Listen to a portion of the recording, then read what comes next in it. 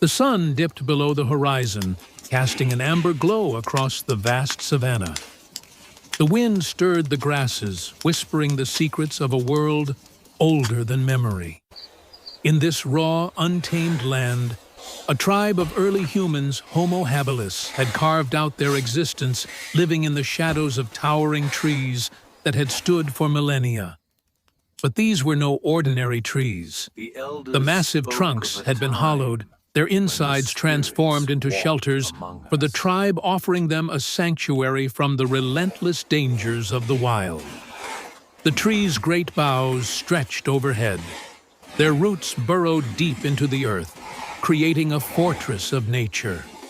Inside, the flickering light of a fire danced off the rough-hewn walls, casting long shadows.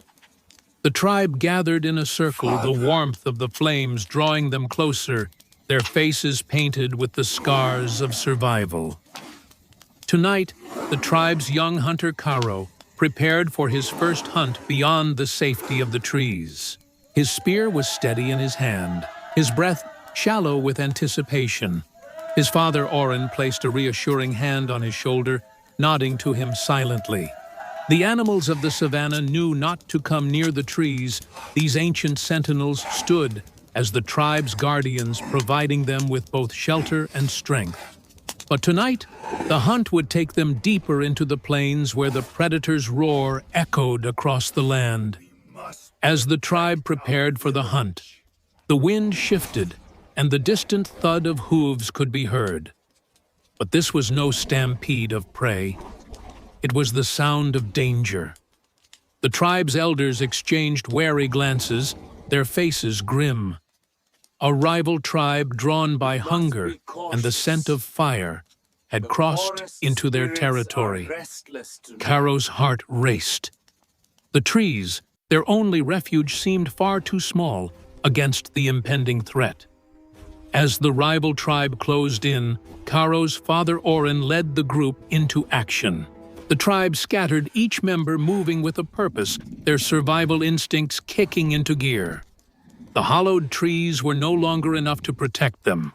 Tonight, their fate would be decided by the spears they held and the strength of their unity.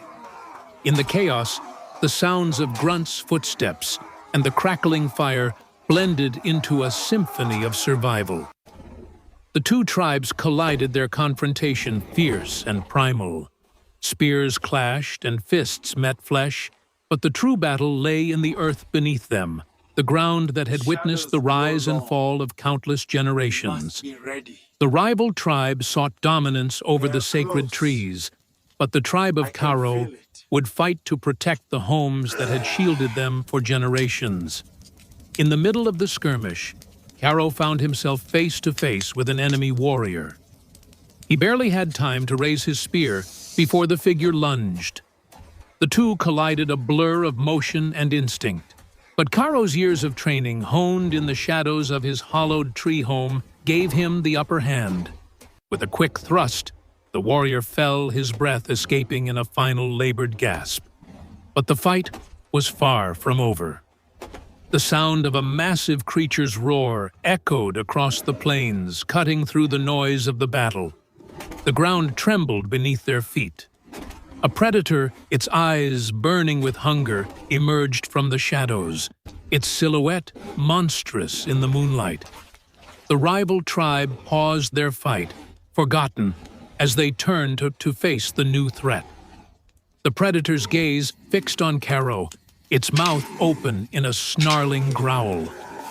In that moment, the tribe had no choice but to unite against the true danger, one that sought to destroy them all.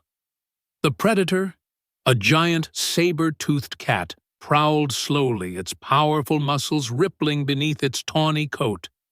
The tribe, still bloodied from the clash with the rival group, now had to face a greater terror. Karo's heart raced as the creature's piercing gaze locked with his. He could hear the deep, primal growl vibrating in his chest, as if it were warning him of what was to come. Oren, seeing the terror in his son's eyes, moved swiftly.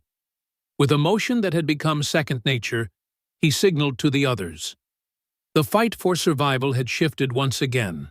No longer would the tribe's unity be defined by tribe versus tribe, but by the collective will to face a shared threat. They had no choice. They must survive. The hollowed-out trees that had once served as their sanctuary were now a distant memory. The tribe scattered once again, but this time they used the natural environment, rocks, trees, the long grasses, to try and corner the predator. Oren led the charge with Caro close behind his spear held tightly. The saber-toothed cat moved like a shadow, striking with devastating speed. Caro saw one of the warriors fall, his body slamming into the earth with a sickening thud. The hunter's life extinguished in an instant. The cries of pain pierced the night, but the tribe pressed on, unwilling to let fear take hold. In the distance, the old trees, now illuminated by the firelight, seemed to beckon them. A plan formed in Caro's mind. There was a moment when the beast would be distracted just enough to lure it into the shadow of their hollowed homes. With a glance at his father, Caro bolted. Oren, sensing his son's intent, bellowed out a warning. But it was too late.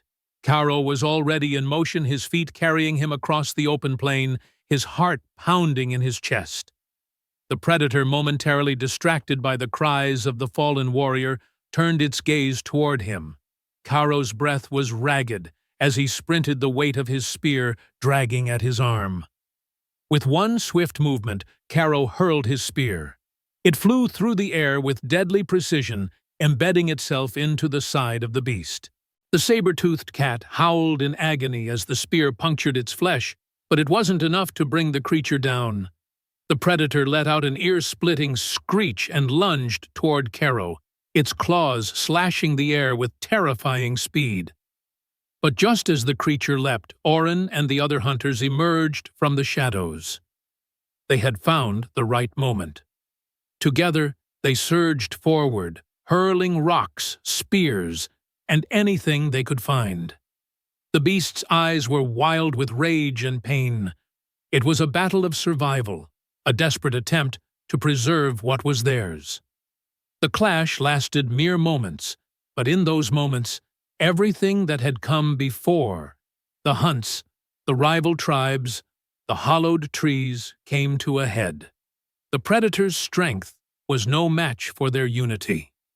With one final thrust, the tribe managed to bring the beast to the ground, its breath fading into the cold night. The tribe stood over the fallen creature, their chests heaving, the weight of survival settling upon them. Caro's eyes met his father's, and in that glance there was something unspoken, a bond forged in the fire of battle. They had survived. As dawn broke, the tribe gathered around the fire, the scent of roasting meat filling the air. The hollowed trees, their ancient forms now standing as silent witnesses, had once again proven to be more than just homes. They were the heart of the tribe's survival. Together, they had faced the worst of what the world had to offer. And together, they had overcome. The tribe huddled together, their unity stronger than before. The future was uncertain, but for now, they had triumphed. They had weathered the storm both from within and from the outside world.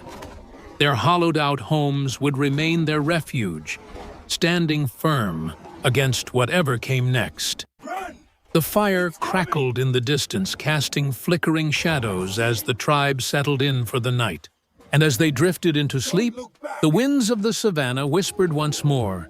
In a vast, dangerous savanna, a tribe of Homo habilis lives within hollowed-out trees, using them as shelter against predators. As the tribe prepares for a hunt, a rival group invades their territory. But just as tensions rise, a saber-toothed cat emerges, threatening the tribe's survival. The two groups must unite to face the greater danger. Caro, a young hunter, bravely takes action, throwing his spear at the beast.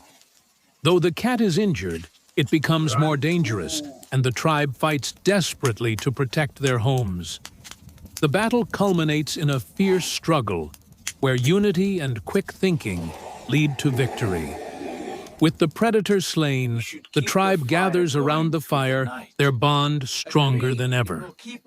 The hollowed trees, once mere shelters, now stand as symbols of their survival. Together, they have triumphed, but the future remains uncertain. The tribe's legacy of strength and unity will live on as they face whatever challenges lie ahead.